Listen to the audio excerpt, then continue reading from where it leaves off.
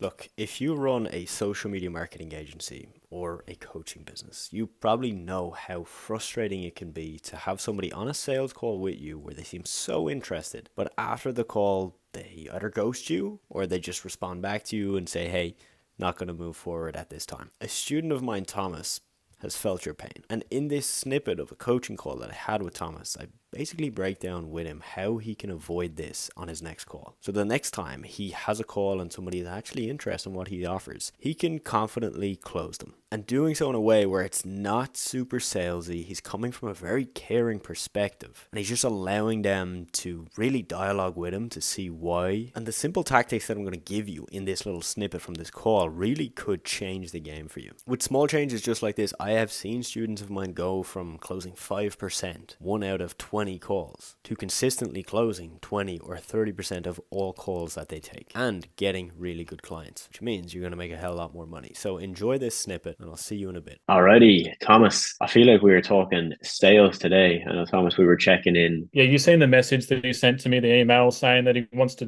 do it in a month or something, like whatever it was. He fucking wants to save up more Yeah, money. Like, and then, yeah, at the end of the week, he's like, yeah, I really want to work with you in a month and save more money. And you're the only person on my short list. And I'm like, oh, I've fucking heard that before, righto. yeah, man. It's painful stuff, but it's part of the game, man. It's part of the game. It happens to everybody at every level where we have prospects we think are going to do it and they don't. But let's look at it, man. Let's look at it. If anybody's gotten a message like this before, you can probably feel Thomas's pain, right?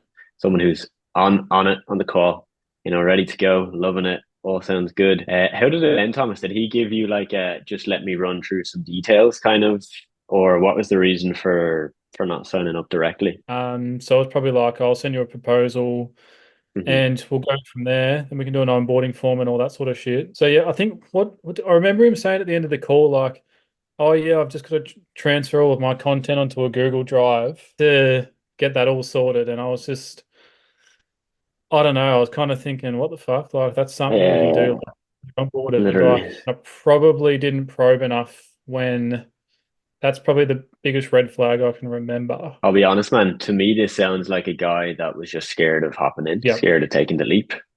Which, when we can come from like a caring perspective, like that we actually want the best for this guy, if we know that like the whole, oh look, yeah, bro, let me just figure out my Google Drive, and then we can get locked and loaded.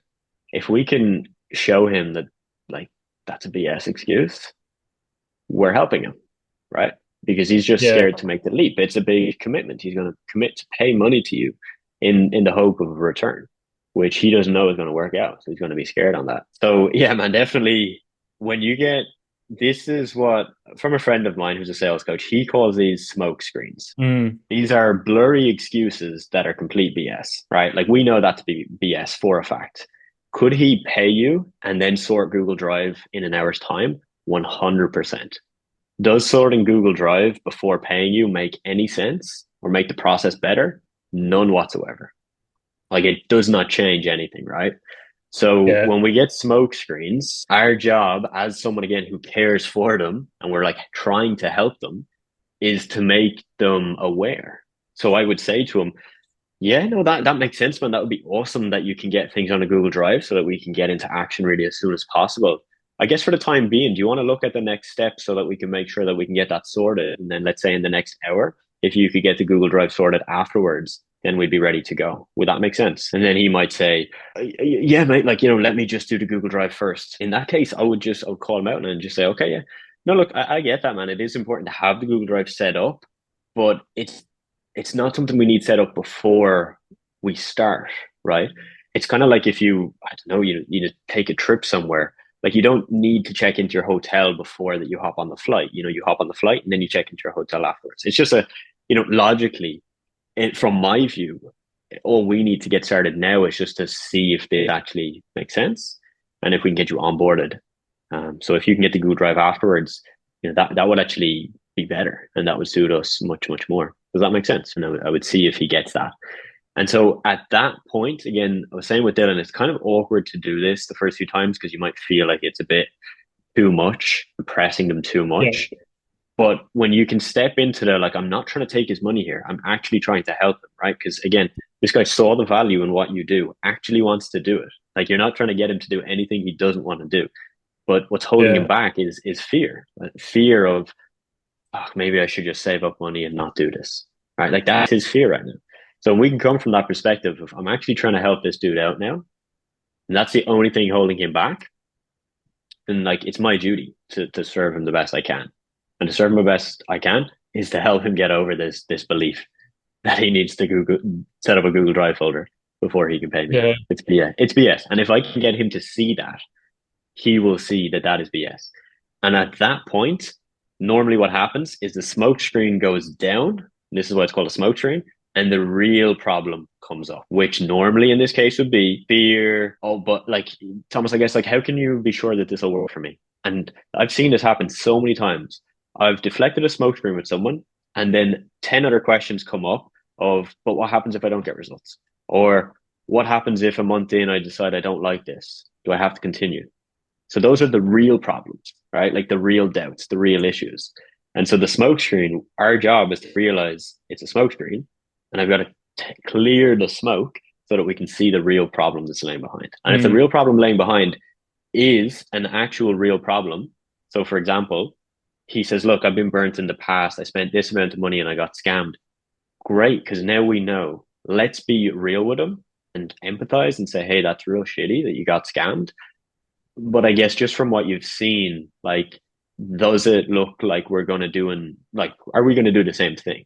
Like, as in, is there anything that you saw with that company that scammed you, red flags that like we've presented thus far? Or do you feel like this is in your best interest? I'm not telling him it's in your best interest. I'm just asking him to see if he has. And if he has, I would say that's completely fair, man. You know, I appreciate the honesty, and I don't want to push you into something you don't want to do. So we can, we can leave it at that. And if you decide you want to go ahead, you let me know afterwards. But he's probably not going to say that. He's probably going to be like, no, like, man, I want to work with you. It all sounds good. This is great. This is what I need. This is what I want to do. But problem, I'm scared. What if it doesn't work out? I've been burnt in the past. And we can help the person get through that. So yeah, man, that's where I would first look is smoke screen detection. How can we spot them? And then just dig in, man. Dig in that caring way. Because if you can come across caring, it's quite crazy what you can do. Because again, his best step is to work with you. And when you truly believe that, then this becomes a lot easier for sure. So there you have it. Now, those tactics and strategies that I've given to Thomas are very simple, easy to learn, easy to implement, but will have a profound impact on his business. I host coaching calls like that currently 4 times per week for students in my program. You'll see it's very small group and it's very one-to-one. If you want any information about what it is like to work with me, you'll see a link in the description of the video. And if you're new here, I would recommend watching my free full 7-hour course. There's also a link to that as well. Hope you enjoyed. See you in the next one.